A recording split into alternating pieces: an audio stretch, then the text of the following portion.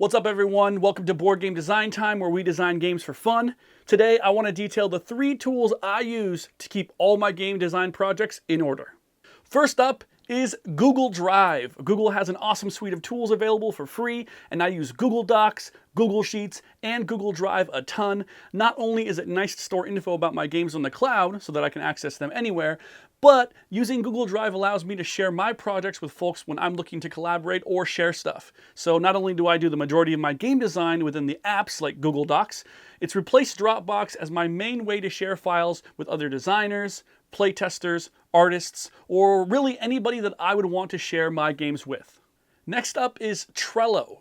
Trello is a project management service, and while there are a bunch of them out there, there's a ton of them really, I use Trello because of how intuitive the interface is. I create a board in Trello for game design, and then in that board I create cards for every single game idea I have.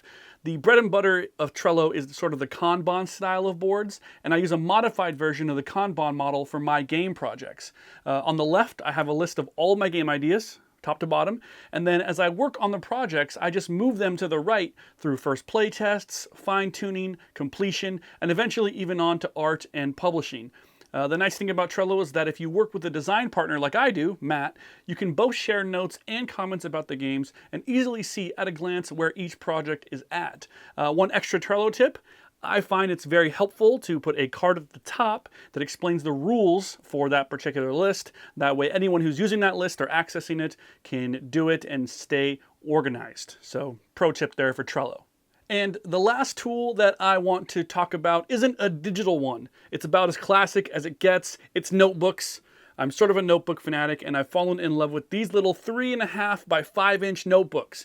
I use them to take notes during playtest sessions because they're super portable, and then whether it's keeping track of feedback, play times, final scores, or anything else, I find it much easier to take notes on paper and then transfer any of that info to a Google Drive at a later date.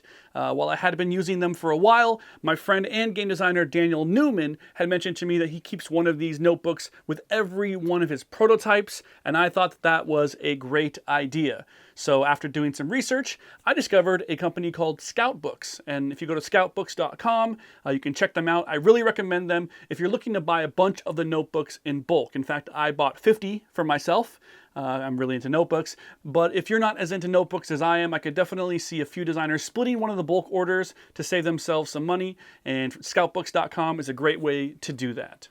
Those are the 3 tools I personally use the most, but I'm always on the lookout for new ideas. I'd love to hear some of your methods for organizing your design process. Please leave a comment down below, and don't forget to subscribe to the channel for more game design tips and inspiration. Thanks for watching. I'll see you next time.